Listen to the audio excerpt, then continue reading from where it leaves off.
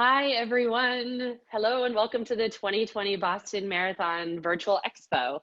This session right now is one of my very best friends on the planet and fellow runner, Tom O'Keefe. My name is Adrianne Haslet, and we're going to talk about inclusive running and just share a little bit about each of our stories. Tom was asked to interview me, and I am going to interview him. I want you guys to hear about how amazing he is and how he's really making running inclusive, and that's something that I believe in and has made it my mission in life to make sure amputees feel included. So we'll just dive right in. So Tom, I know I am proud to serve on the board of directors for your company Stride for Stride. And what is Stride for Stride, first of all, and what made you want to start it? Yeah, thanks, Adrian. Stride for Stride, simply we buy race bibs for immigrants, Black, and low-income runners. As all of us that are runners know, running is quite expensive to get in Boston Marathon. $250. If you're a charity runner in Boston Marathon, that's $350. Even just your average half marathon is $80, $100. So that excludes a lot of people. There's a lot of people that can't afford that. So when I started running, Falmouth Road Race was my first race, another great local race. One of the first things I realized was that everyone sort of looks like me at the race, and one, it was quite expensive to get there. So, well, first of all, I want to applaud you because most people wouldn't even notice that everyone looks like them, especially a straight white guy. So I don't really. It's good that you noticed something like this. I don't really want to look at people who look like me, but.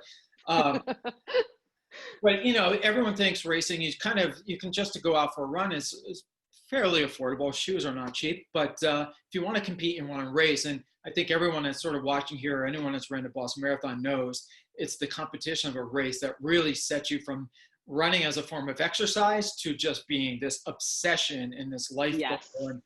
It changes everything, and that's what Falmouth Road Race did for me. I mean, a lot of us probably have ran Falmouth, and there's people all lined up the course. It's tremendous. 12. And that was your first race ever, right? Yeah, that was my first race ever. So it was hot as always. Falmouth's always hot, and but it gave me it stepped up it was what turned me into what I think became a runner, and I obsessed as a runner and really just craving that competition and just realizing, looking around and being like, okay, this is expensive to get here, and there's a lot of people that are probably excluded.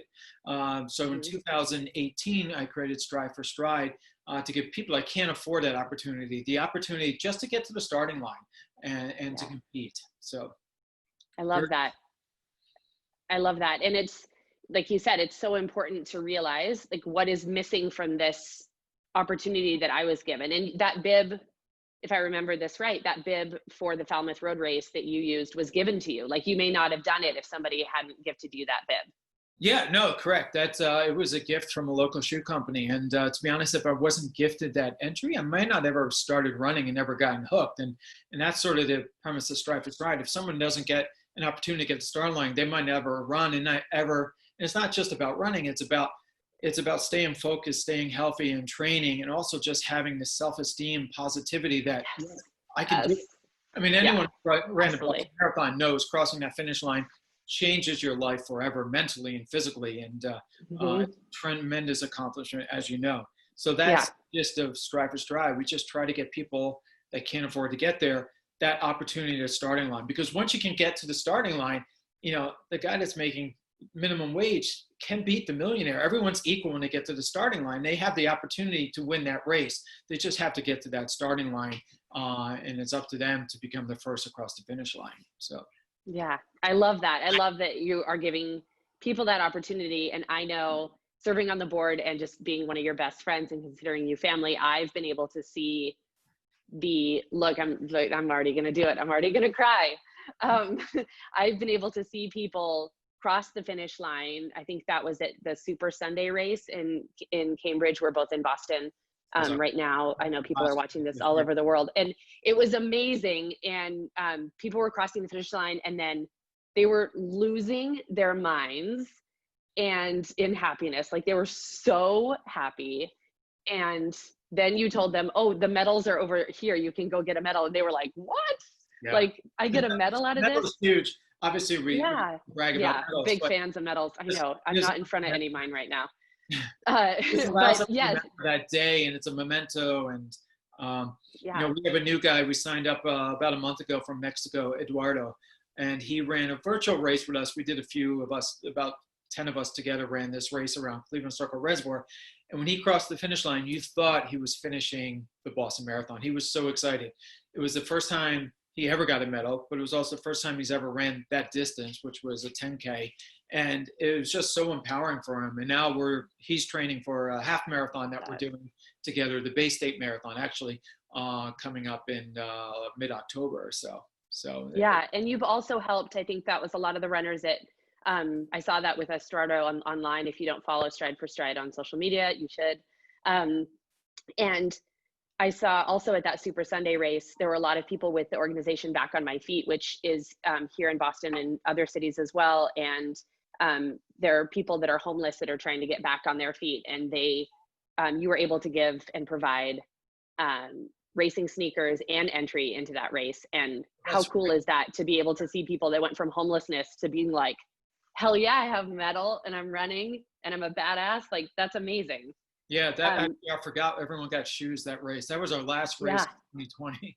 Um, Yeah. but Back on My Feet, our first runner ever was Ned, tremendous guy that ran Yes. the first runner that we ever sponsored, which was actually Super Sunday the year before that, so 19. Ned went on to run a Newport Marathon later in that year. He ran 3:25, which is a terrific time.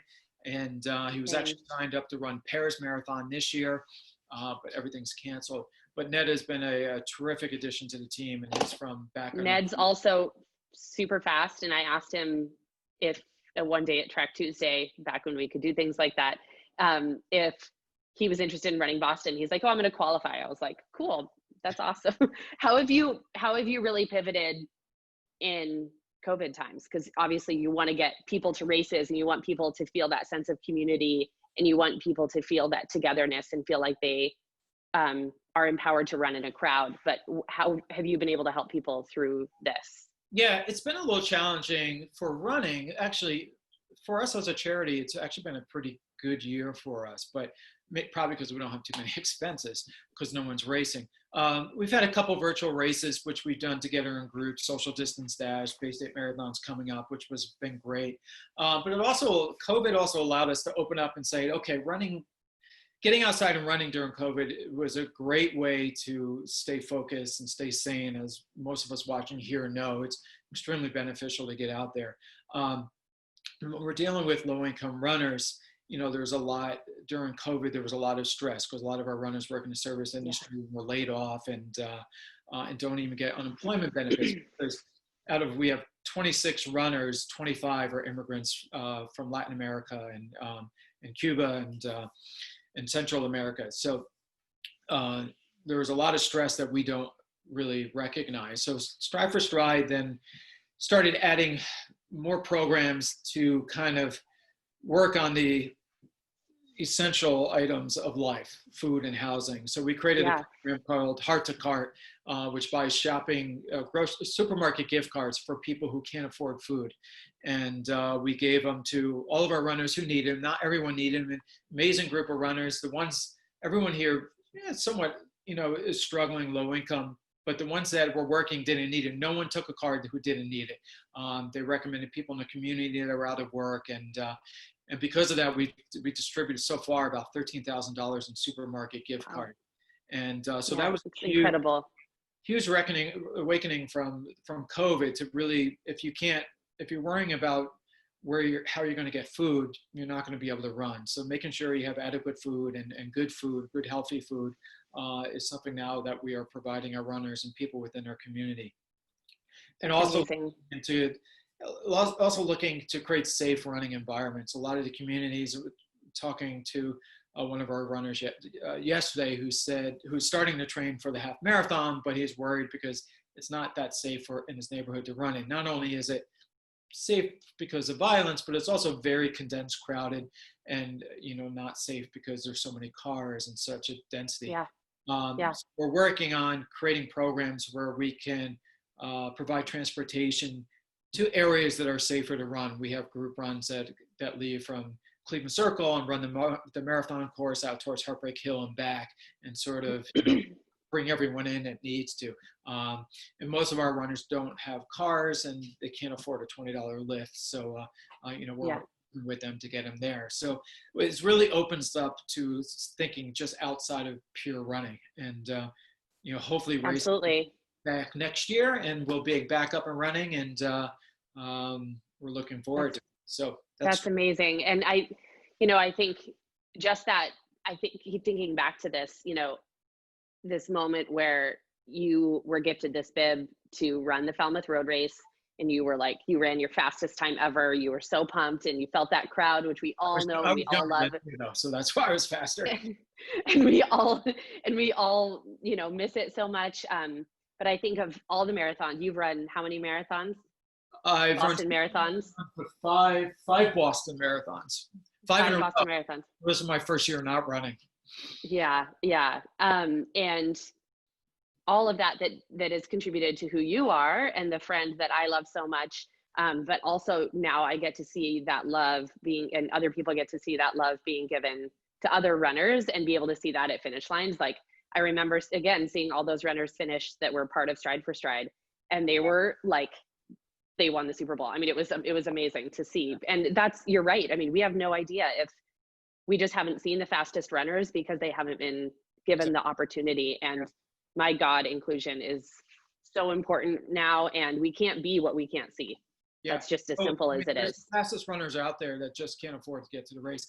I mean, I'm going to switch gears in a minute, but Cleveland's a guy we sponsor from Jamaica, and he ran in high school, but he's never ran a race in his life. And we sponsored him for a race last fall, and he finished 13th in that race. He's not used to hills, so there was a really wicked hill that really destroyed him, but he still ran a 6:40 for that race, and after being crushed by the hill. But with a little more experience, he'll be a low 6 runner, and this is a guy that's never ran a race before because he couldn't afford to run a race. So, we have a couple guys that are really fast, so there's to watch out. Some of these guys are going to run a race, and it's tremendous. That's exciting. I just love it all, and I'm excited that people get to hear about it. Thank you. Now we're going to switch gears and interview you, Adrianne. Oh, boy. Adrianne, as most of you know, is a professional ballroom dancer turned para-athlete who's a fierce advocate for amputees. So I think we'll sort of stick with the theme and get right to it. What got you interested in running?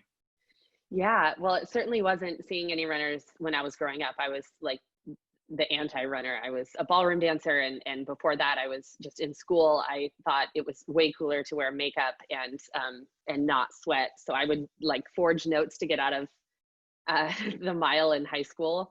And I just hated it. I just had no interest in it. But in 2013, I think a lot of people who are watching this right now know what happened at the Boston Marathon. And I was a professional ballroom dancer at that time, like you said. And I was out walking around Boston that day. I had a very rare day off. And I took myself out to lunch, and I saw this big crowd like on the street over, and I was on Newbury Street. And I didn't know what the Boston Marathon was. I had moved from Seattle. I'd been in Boston for years, but when you're a dancer, like you're never out of the studio. You don't know what happens at all outside of the studio. And I didn't know what the marathon was. I was the person that asked how far distant a marathon is. But I walked over because I still had respect for athletics, regardless if I thought it was crazy or not. And I saw these runners running toward the finish line. And I was on, a lot of people will know where this is. I was on Exeter, and I took a right onto Boylston Street, and I saw these runners running, and they were like white in the face. It was a really hot day, and they're almost to the finish line.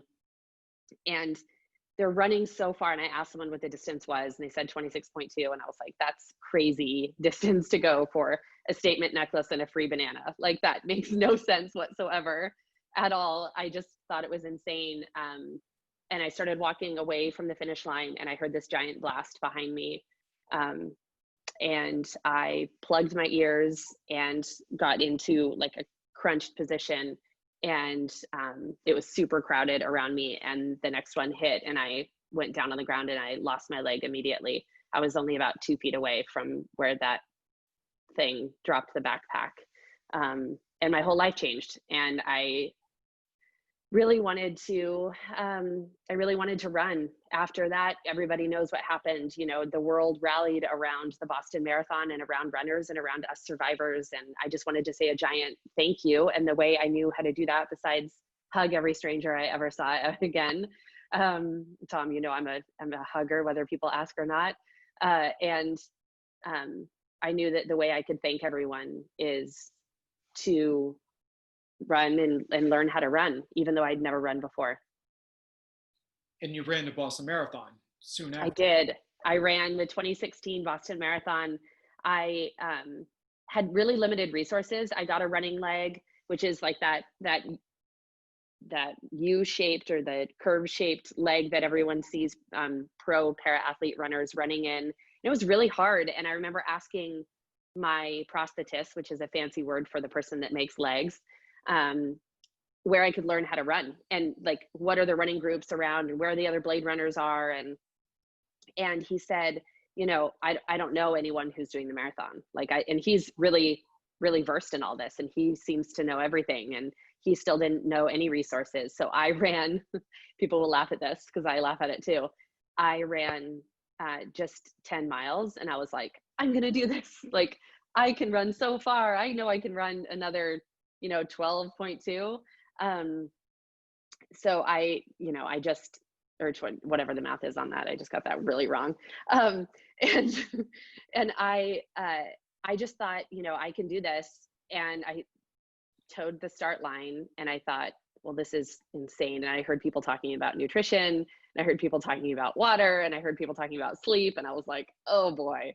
And you just heard about these at the starting line of the Boston At Marathon? the starting line, yeah, I knew nothing. Like when I say I knew nothing about running, I knew nothing. I hadn't joined a running team because I was told that only amputees could teach other amputees how to run, which I later learned was really incorrect. But yeah, I heard about all this at the start and I panicked.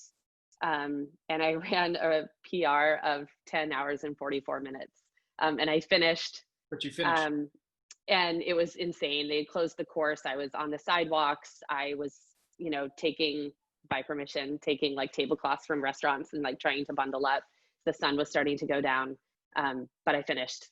Yeah, you persevered. You finished the marathon. The world was watching. Then President Obama was watching too. How did that feel? It was pretty insane. I was in my apartment with my brother and my nephew and a few friends, and one of my friends just dropped their phone and like threw their phone across the room. And I was like, what happened? And she said, President Obama just tweeted you, congratulations for finishing the marathon. And that's when I really got fueled, that I knew I could make an impact if I figured out how to actually run instead of hobble and walk and actually train. But I knew I had limited resources. But I also knew a couple of runners. Like at that point, I had already met Shalene Flanagan and had a pretty close bond with her, and lucky to call her a friend now. And her crossing that finishing tape, like everyone has seen, she had, was really inspiring. And I thought, there has to be a better way to run. There has to be like a different way, a different leg to do it in. Like there has to be. How did you find that leg? I was actually in Las Vegas for a speech. I do a lot of public speaking, and I was watching a YouTube video, and someone had forwarded it to me on social media and said, this leg looks amazing. And I looked at it. It was now friend AJ was running into a forward handspring. He does Cirque du Soleil in Las Vegas. And the way he wasn't really going for a run. He was just running toward a forward handspring. And I saw his run and it was so smooth and so clean. And I went to my prosthetist and I sent him the video and I said, I have to get this leg. I know I can run the marathon in this leg. And it's just different. The running blade, that's the U that I used in 2016, is 2.5 inches longer than your hereditary leg. So that would be like, looks like I'm flipping somebody off. That would be like this leg being longer than the other one and having to raise your hip flexor 2.5 inches uphill, downhill, and flat. So you can imagine what that does to your back and how uneven your hips are. Does that but this be that? On It each always has to be that way so that when it compresses, your hips are in alignment side. and then it goes back up. But in order for it to go back up, it has to go underneath your body. You have to lift that knee and hip flexor higher. Obviously, we all have muscle fatigue in our body, especially in a marathon and when we're training these long runs. So you would get fatigue, it would stick behind you and you just go flat down. I mean, it was, to Okay. say it's painful is hard. And there are people that that type of blade works really well for. I'm not one of those people. And I don't believe that it's really that healthy to run in a leg that's uneven for your hips. And so this new leg that I found with AJ, using it, I put it on, and usually there's a giant learning curve to use a different leg, as one would imagine. I put it on and I went right out into the parking lot of my prosthetist's office and I just booked it over to the track, and I did like 3 laps around the track without stopping. I felt like a little kid that just got my leg back. I saw that. It was amazing. Yeah, it was amazing. And it has a foot on it instead of a blade. I can wear a shoe on it. So I had run like a 15-minute average mile in 2016 marathon. And when I got that new leg, just like 2 months later, I ran a 6:03. Wow, it's amazing. Yeah, And that you were was pretty incredible. at this time you had your eyes set on 2018 and started training for 2018. I did. I had my eyes set on 2018. I had been advocating for a division for para athletes, and that hadn't happened, but I was still determined for bragging rights to still be the first across the line. We have our own start at the start line of the start line of the Boston Marathon, but there isn't a division to win. So you can kind of tell who you're lined up with at the beginning. And I took off. It was, as everyone knows, it was 2018. The weather was The worst year ever. it was the worst year ever. I mean, it was indescribable. It was awful. It was an unbelievable day. It was awful. Yeah, you ran it that day. I know your fiance ran it that day. It was horrid. And I had taken my gloves off at the beginning, which was my demise, and I had them on me, but I couldn't physically get them back on. Like I'd gone completely frozen. And but I ended up having to be pulled out. I guess I didn't know my own name when I was walking by a medical tent. I had stopped running, and then not even realized it. I don't really have memory of that. But what I do have memory of, and what kept that spark alive, which I think in those deep, dark moments of being completely frozen out on a race that you had set out to win, like so many, people that day, they wanted to win their own race, is that I was leading the Boston Marathon. Like, we have an early start even before the elite. So we go out, and one other woman, Jackie, went out a little bit ahead of me, but I thought maybe I could take her if she went out too fast.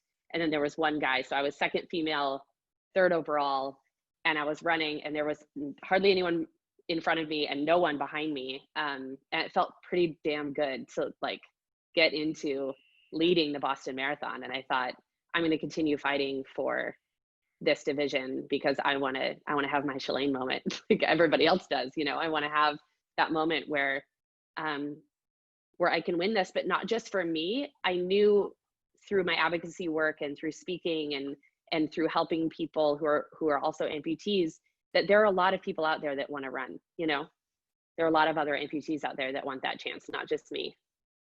Yeah. So 2018 was a bit of a setback, but totally understandable because it was the worst day on record in Boston, Massachusetts. True. The only thing that kept me going is the fear of hypothermia. I can't believe you kept, I can't believe anyone who finished that day. You, awful, amazing. Awful. I tried to forget about it. But even with that setback, there was a light at the end of the tunnel, optimism regarding it. Can you tell us about that? Yeah. So 2019, I started training for 2019. I had another setback. I got hit by a car. But besides, I started to recover from that. And I thought that would be, just a huge setback. I was unable to run 2019, so I was recovering from that. But what kept me going is right after I was out of the hospital, and in fact, in the hospital even, I had received flowers from the BAA, the Boston Athletic Association, and they said, the unicorn believes in your recovery, which is the sweetest thing ever, and gear up for 2020. And I was like, all right, I don't want to have to wait, but I'll gear up for 2020. And then they invited me out to the main people from the BAA, which I'd been having these colorful, difficult conversations with about why we didn't have a division for amputees. a standing amputee. There are obviously, you can be in a chair if you want, but that wasn't how I was running and how a lot of other people run.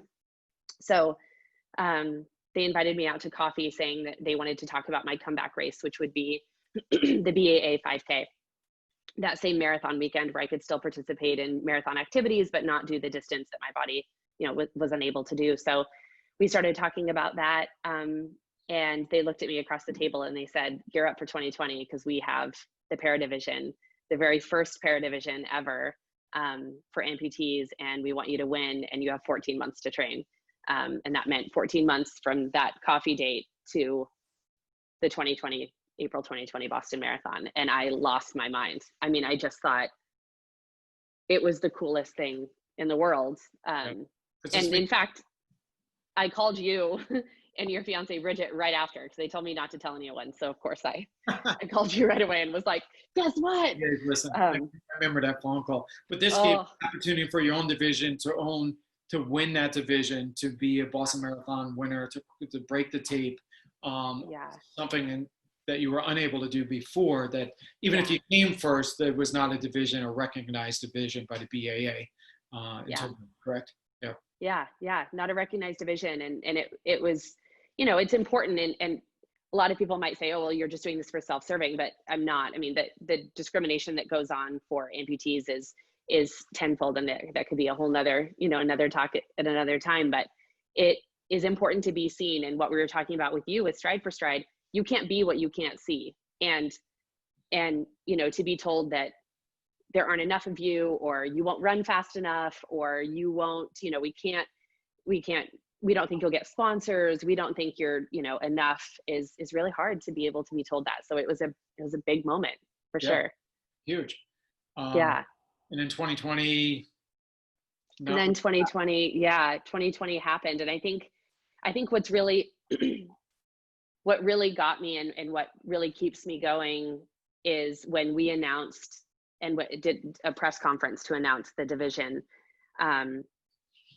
And it was announced, and that night, of course, I was on social media and in my email, and I got all these emails coming in and videos coming in, and YouTube, where the parents are filming the kids and they like open a pizza box and it says like, "You're going to Disneyland," and all the kids start crying, or like, "You're getting a puppy," and all the, there were all these videos of parents I'm going to cry. There were all these videos of parents telling their kids that were amputees that they could one day win the Boston Marathon. And it was the coolest thing. And see, I can't say it still over a year later that without crying. It's so amazing. And these kids still to this day, like these 9-year-olds, 15-year-olds, 5-year-olds will send me training videos of themselves running, like in their little walking prosthetics, or they have these little running blades and they're like, "I'm gonna win it, like I'm coming, Boston 2030, whatever." And it's incredible. It's like the most amazing feeling to know that you have an impact. And it's not, it certainly wasn't just me that created this. It is a whole group of us that were just so fiercely advocating. I certainly pushed a lot of buttons to get it done, but it's so impactful to have that be seen. And I think what I hope for amputees is that, instead of seeing someone that is standing in a grocery line or standing at the airport, I hope that people look at that amputee and think, "Oh, well, maybe they're a distance runner," instead of thinking, "Oh, poor them, I don't know what they're doing with their life, like poor them," and have this pity. I want them to see us as the fierce athletes that we are. We don't even have a para-marathon in the Paralympics. There's one for chairs, but they have the course. The course is already there for the chairs, and they still won't welcome us. They think we can't do it. Really? Yeah. No. Will that change, you think? Hopefully that will change. Yeah, but I think races like the Boston Marathon, huge influence. Huge, yeah. Amputees hope that they can be running a marathon too. And, Stride for Stride, a lot of that too, it just gives people hope and a goal of something to look forward to, and optimism, and especially for our side, people are sort of maybe in these mundane jobs that every day is the same, but it gives them hope for on Sunday. Most races are Sunday except for Boston. Sunday I'm a superstar, and it gets you through the week. Yeah. And it keeps you smiling, and it keeps you moving. So, well, and exactly. And, I think I mentioned this earlier, but I'll say it again. It's I had the opportunity last year to interview a panel of women that really paved the way for female runners. And they were talking about how when they finished a marathon, it helped them create a goal in work, right? It helps them create a goal. If I ran a marathon, I can do this. If I ran a marathon, I can do this. And they start to accomplish things in their life that have nothing to do with running. But like you said, it's the confidence, right? It's especially Boston Marathon, once you finish that, everything's possible. And to be honest, most other things are quite easy in comparison. So yeah, it's true. It's true, especially for people running this year, which are people that are watching right now. And, I'm still runny nose from crying. It's emotional to think about people finishing their marathons and amputees running in the future and stride for stride runners running. I think especially this year, it is going to be a hard marathon. People are looking to build their own courses. They're challenging themselves like they never have before, all without that day of the fanfare of that crowd that, as we both know, and people watching know, actually lifts you up and propels you through the last, half of the marathon or the last mile or whatever you need it. They're there to lift you up. And this is a tough marathon, but I think it's important that people realize that everybody knows how tough this is for you. So like you have that bragging right forever, similar to 2018, where if someone says I finished 2018, they go, you're amazing, because that was such a tough marathon. This year, I heard Shalane talking last night on an Instagram live, and I think she hit the nail on the head when she said, you can make this marathon whatever you want. You can pretend you're winning it because you're in the front. You don't see anybody in front of you. You don't see anybody behind you. That you're in the front. Like, be Shalane, be the person that's going to break the tape.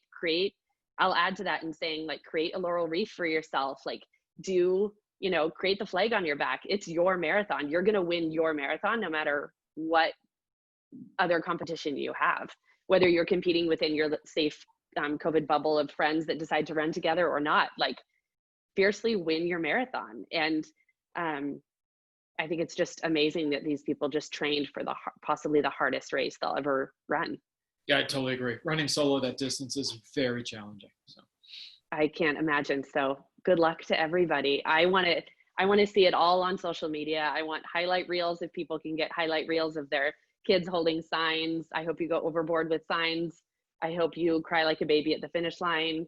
In this 2020, I think all of us are dying to be overwhelmed with happy tears. So if you can be overwhelmed with happy tears at the end, like you won. You won. Yeah. Basically, Shalane or Meb, pick one. Or Des. Or Des. I know. There's so many greats, right? There are so many greats. So. Yeah. So. Yeah. Running. Yeah. Or this guy. Oh, I'm sorry. Yes, yeah. I'm sorry. I said Des. Oh, yeah. I'm not cool enough to have Dez's bib. Des gave her bib to that guy, that little kid. Did you see that video? Someone sent Des a video of this little 5-year-old, 3-year-old kid with a notepad, safety pin to his chest, and he just wrote Des on it. And so she sent him her bib. It was the sweetest thing in the world. Can you tell this is Elise? This is what's that bib? That's from 2013. This is Lalisa DeCisa's. You can tell I have a ring light. This is from Lalisa DeCisa's marathon in 2013. He was very kind to give his medal back to the city after what happened in 2013. He was really kind to give this and sign it for me, and said, again, you guys, there's no real difference between the elites other than speed. They're really good people and really good runners. He just looked at me and shook my hand and said, I believe you can become a runner. I believe you can do this. And I was like, okay, dude. I don't know. When did you get that bib? Was it 13? He gave it to me right at the award ceremony when he gave the medal back to the city. It was pretty cool. Yeah, it's amazing. The best thing about running, I love, especially the Boston Marathon, you're running with the world's best runners on the same race as you.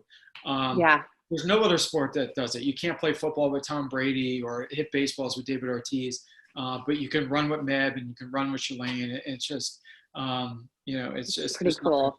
Yeah, it's tremendous. There's nothing like it. And even this year, when everybody feels like they're running alone, like, trust me when I say I'll be there. Like, I am going to be like stalking the hashtags on social media. Um, you can find me at Adrianne Haslet. You can find Tom at Tom O'Keefe, or Who? Boston Tweet. Oh, I forgot your handle. Who, Tom And a O'Keefe? friend of mine. Who's that? I Boston don't know his Tweet name. or Stride for Stride on Instagram, and you actually get to meet a lot of our runners and learn about where they're from, and so. Sometime I'll learn this guy's name. Tom O'Keefe was an account I created a long time ago, and it failed miserably. So hardly. But we want to say good luck to everyone, and I'm so proud of every single person that's going to go out there and run, and I can't wait to hear all the stories and hear all the bragging rights of everybody who gets to finish their solo 26.2. yes, good luck, everyone. Good luck, everyone. Thanks for tuning in. Cheers. Thank you, Adrianne. Thank you, Tom.